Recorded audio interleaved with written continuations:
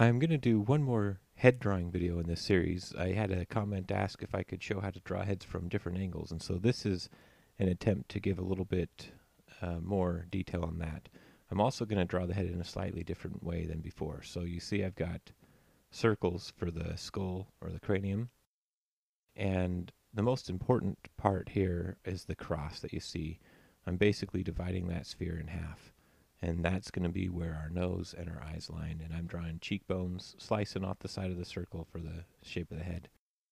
Now over here, let's draw another quick set of guidelines to help us define how this other head will look. And it's going to be looking to the side. And so we'll simply draw the vertical line off to the right. And I also am going to cut off the skull like I did before and draw the cheekbones. And this is to kind of give a good visual guide to where things are going to be. And basically, if you draw this circle and create a sphere from it and divide it in half on the different axes, you kind of get the guidelines that you need to help draw a head. And again, we'll draw somebody looking down, and so now that the vertical or the horizontal line is going to be much lower, and we'll draw the vertical line at an angle. And this time too, the cheekbones are going to fall a little bit outside the sphere instead of on top of it, because they've been rotated down. And this line that I'm drawing right there is pretty important too, because it will help show us where the jawline should connect to the skull.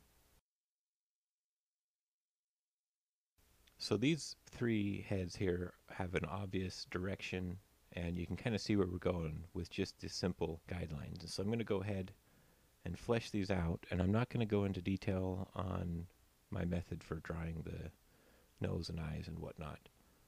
But basically, I want to show that with these simple guidelines, we can draw a head looking in any direction. So yeah, I'll flesh out the details. Of course, the eyebrows fall across that horizontal line we drew. The nose is about halfway between that line and the chin. And the mouth will fall more or less at the bottom of the sphere. Also, remember that the ears connect at the top of the brow and the bottom of the nose. At least they typically do. And you can see how I connected the jaw to where that third dividing line intersects with the sphere.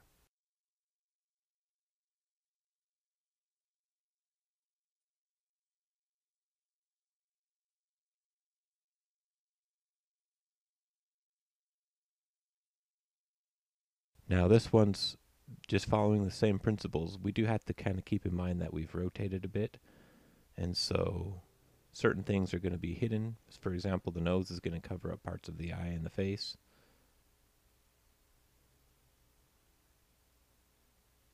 And the mouth is going to come to the edge of the face as well.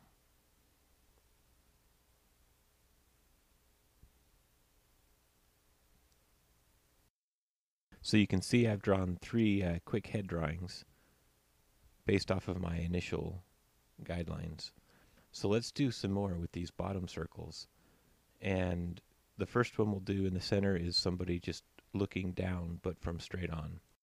So again, we'll draw this crossbar much further towards the bottom of the sphere, and then cut off the sides of the head like we did before. The cheekbones are going to fall a little bit below the sphere since they're going to actually be sticking out. The person's looking down. And of course, since there's foreshortening happening, the distance between the brow and the nose and the chin is much shorter. We'll still keep the same ratio in this case, so the nose is about halfway. And then here we have the basic guidelines of the head.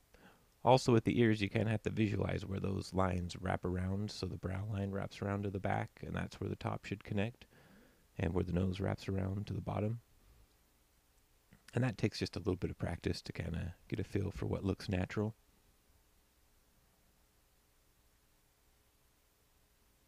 And I'll go ahead and draw in a few more details here, so the nose and the brow, and kind of indicate where the eyes should be.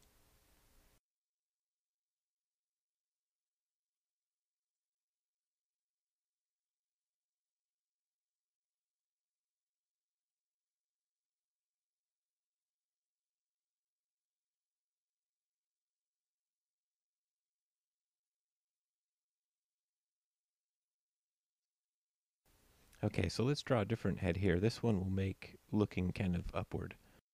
And so the crossbar is going to start at the top of the circle and wrap around down, and then our horizontal line that indicates the face plane is going to be at an angle facing upward.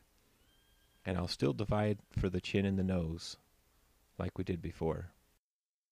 And then, of course, chop the side of the sphere off for the skull to flatten out the head. And draw our side guideline where the jaw will connect. And you can see, using those same basic simple lines to start with, I've really quickly drawn a head looking upward. I'll go ahead and fill out some details on this one as well. Notice where the ear connects at the top of the brow, the bottom of the nose, how the chin connects to the side of the head, and so on.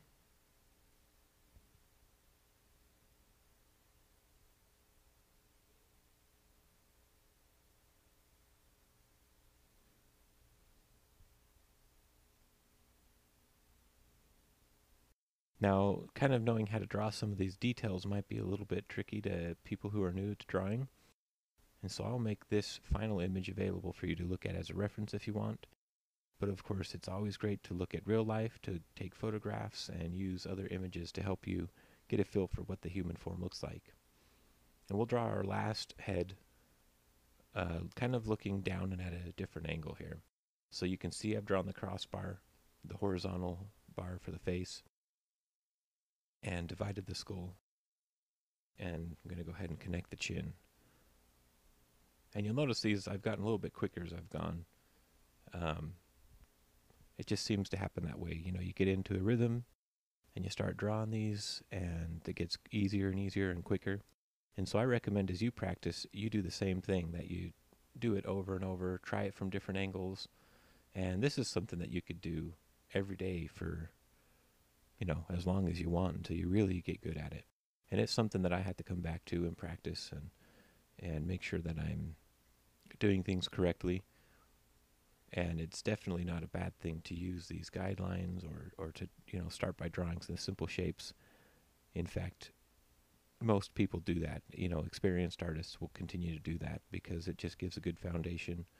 It allows you to check your proportions and make sure everything's lined up the way it should be before you go and finish your drawing. And so here I've gone ahead and skipped forward, and you can see the final head drawings when I've added details. I hope this has been a little bit helpful. If you have more questions, please leave them in the comments, and I will do my best to see if I can answer them. Thanks.